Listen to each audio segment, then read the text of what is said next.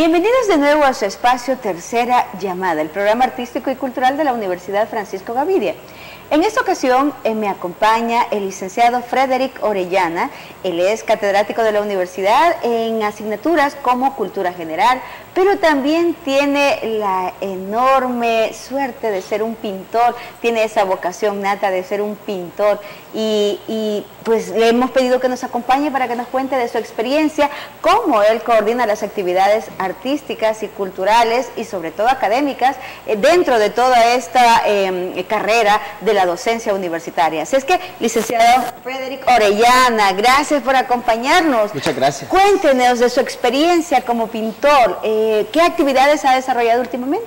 Bueno, muchísimas gracias. Buenas noches a todos y a todas.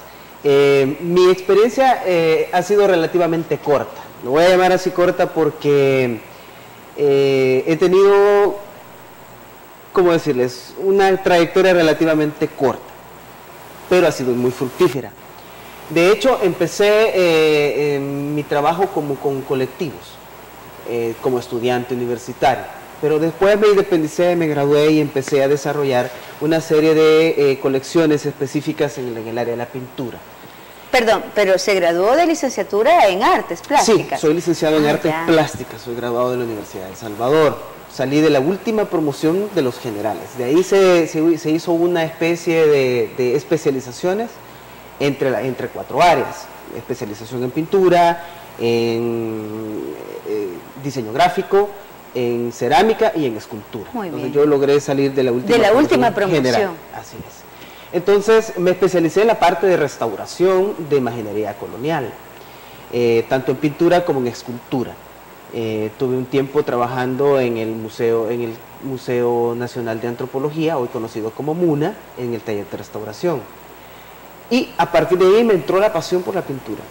Tuve la oportunidad de trabajar aquí en la universidad, en el área de cultura general, sirviendo esa materia, y me pareció muy estimulante y como darle un adicional precisamente a los estudiantes, mostrando parte de la historia de El Salvador en un área de pintura como tal. Entonces se me ocurrió la idea de generar una exposición pictórica para la universidad, específicamente, que la titulé Los héroes a la inferior derecha. No con ningún carácter político, aunque se oiga extraño el título, porque sencillamente todos los cuadros tenían la connotación de que la parte más importante iba a estar en el lado inferior derecho del cuadro. Eso era todo.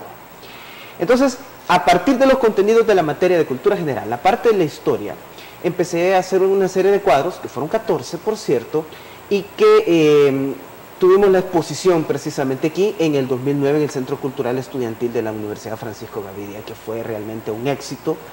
Fue una exposición que duró más o menos un mes. Al año siguiente, en el 2010, hice una serie de estudios anatómicos femeninos y trabajé una exposición que la tuve en la Galería Saravia, en la galería más grande y más prestigiosa de nuestro país, por un mes. Empezó precisamente la última semana de noviembre y terminó la última semana de diciembre del año 2010, donde tuve la oportunidad de utilizar bastantes estudiantes que me ayudaron precisamente en el montaje y la logística de la exposición de la materia de sociedad informacional.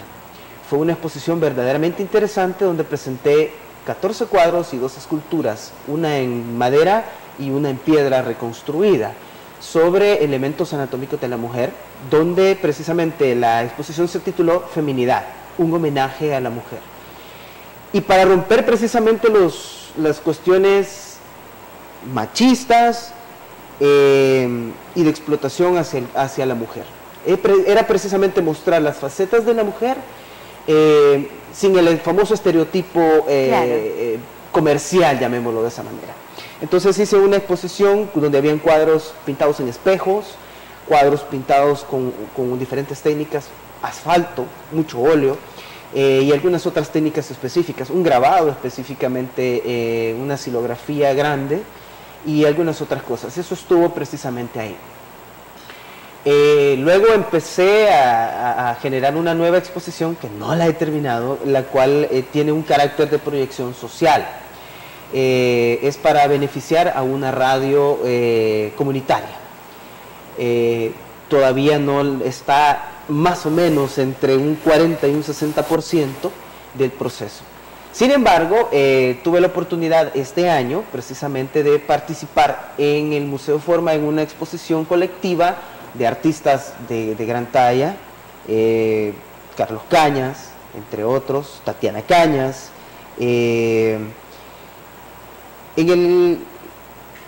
¿Cómo se llama? La exposición se tituló Solidarios en el Arte en su 5ª versión. Entonces, a partir de este año, bueno, la exposición empezó después de las vacaciones de semana de agosto y terminó en septiembre, la última semana de septiembre. Entonces, a partir de ese tiempo, se presentan una serie de cuadros y pues mi cuadro clasificó, porque la curaduría la hizo don Roberto Hueso, uno de los mejores artistas que también tenemos en nuestro país. Entonces eso es parte de la proyección que he estado generando. De las actividades artísticas que he estado generando, qué sé yo, desde hace unos 5 o 6 años. Y dentro de tu formación académica, como nos cuentas, tu especialidad fue precisamente la restauración. Hay una combinación de eso, porque la restauración es opuesto a la pintura. ¿Combinas elementos de uno y otro para hacer tus obras? Sí, la pintura es la creación, la restauración es la recreación de lo que ya hizo el pintor anterior o el escultor anterior. A mí me pasó una experiencia muy interesante. En una iglesia me dieron una imagen preciosa de la Escuela Dubois de Guatemala, 1930, más o menos la imagen, 1830, y empecé a restaurarla. Pero me dio la oportunidad de que una de las piezas no la podía quitar directamente de la imagen y tuve que llevármela a una carpintería para que me la quitaran. Entonces llevaba la imagen cargada y me asusté porque un montón de gente me empezó a gritar que porque llevaba santos de palo y un montón de cosas en la calle. Claro. Claro, es idiosincrasia. ¿Por qué? Porque para mí como artista yo veo la obra con doble connotación. Primero, la pieza como obra de arte única, y la segunda puede ser como un ícono de fe que la gente puede tener. Un ícono, exacto, claro. ¿verdad? La imaginería popular, es parte de la popular, costumbre. sí, la religiosidad popular, valga la redundancia. Entonces, cuando yo voy a pintar o voy a crear una obra, primero tiene que haber cierta inspiración. Una vez me pasó, estaba muy enfermo, con una gran fiebre, y me quedé en la casa queriendo descansar, y dije, me voy a relajar pintando. Y empiezo a pintar un cuadro, iba a pintar la imagen de la Virgen, y me salió una Virgen que se estaba muriendo, y yo me quedé pero divertidísimo. ¿Y esto qué pasó? Y llega mi esposa y me dice, hijo, ¿y qué has hecho? Pues es lo que estaba pintando. Ay, no, me dijo, borra eso que no sirve. Y tenía razón, si la pobre Virgen estaba más dolorosa que la de Mel Gibson en La Pasión de Cristo. Dios libre, sí, claro. Entonces, pero la hubieras utilizado en Semana Santa, fíjate que hubiera funcionado. La verdad es que sí, hubiera funcionado. Pero la dolorosa. Cabal. Luego, cuando ya me curé, me restablecí, volví a pintarla sobre el cuadro y pues me quedó una imagen de la Virgen Dolorosa que regalé el cuadro ese al final. Y quedó una cosa muy, muy interesante, una imagen muy refrescada, muy viva. Obviamente el estado de ánimo tiene mucho que ver. Es decir, entonces el artista establece una conexión con su obra. Exacto. Directa. Es que el artista refleja su personalidad, refleja su carácter en cualquier obra. A mí me gusta porque cuando trabajo en el área de dibujo natural con muchos estudiantes, les digo, dibújenme tal cosa. Entonces agarran los lápices o el yeso pastel o cualquiera de las técnicas que manejan y se dibujan ellos. ¿En serio? Entonces cuando ya lo veo me dice, ah, bueno, entonces esto sí lo hiciste tú, ahora quítale tus rasgos, porque cada vez que uno hace algo, deja su personalidad, sea en la música, sea en el arte dramático, sea en la literatura, uno deja parte de sí. Entonces ya es más fácil desencajonarse a uno de sí mismo cuando ya uno ya pinta o hace cualquier cosa. Entonces, ahora la parte de la restauración es tratar de devolverle la vida a una imagen tal y como tenía en su esplendor original. Eso quiere decir que es un proceso mucho más complicado. Es a la inversa, claro. Sí, es a la inversa. Debes de pensar en la motivación inicial del artista. Por un lado, y por otro lado hay que ver la cantidad de tiempo que tiene la pieza. Hay que ver el material en que está hecho, la capa de preparación, la capa pictórica, y obviamente si hay materiales antiguos, hay que tratar de buscar un material antiguo para poderle llegar a lo que es. Por ejemplo, si uno se enferma, tiene apendicitis, a uno lo operan y ya le queda a uno la rajadura. Sucede lo mismo con la cicatriz, sucede lo mismo con una pieza de ese tipo. Entonces hay dos formas de trabajarla. La restauración como tal, que se deja la pieza restaurada, separada, y la mimética. Entonces la mimética es que tiene que disimularse absolutamente todo para que la pieza se vea en su estado original.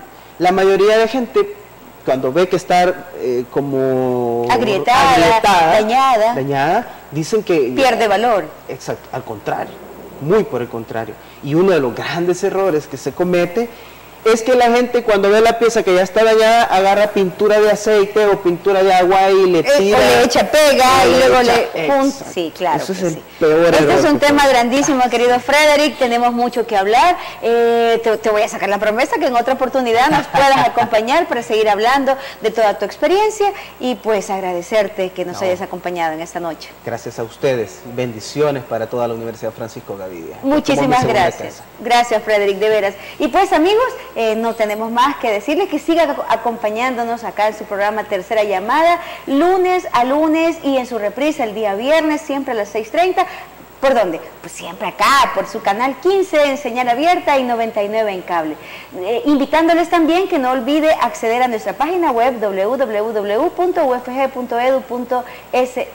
para ver todas las actividades en las cuales usted puede acompañarnos y participar activamente. Pues nada más que decirles, agradecerles haberles estado en sintonía con nosotros e invitarles a que se mantenga siempre acá con las actividades de la Universidad Francisco Gavidia. Dios me los bendiga. Hasta la próxima. Primera llamada, segunda llamada. Esta es la tercera llamada.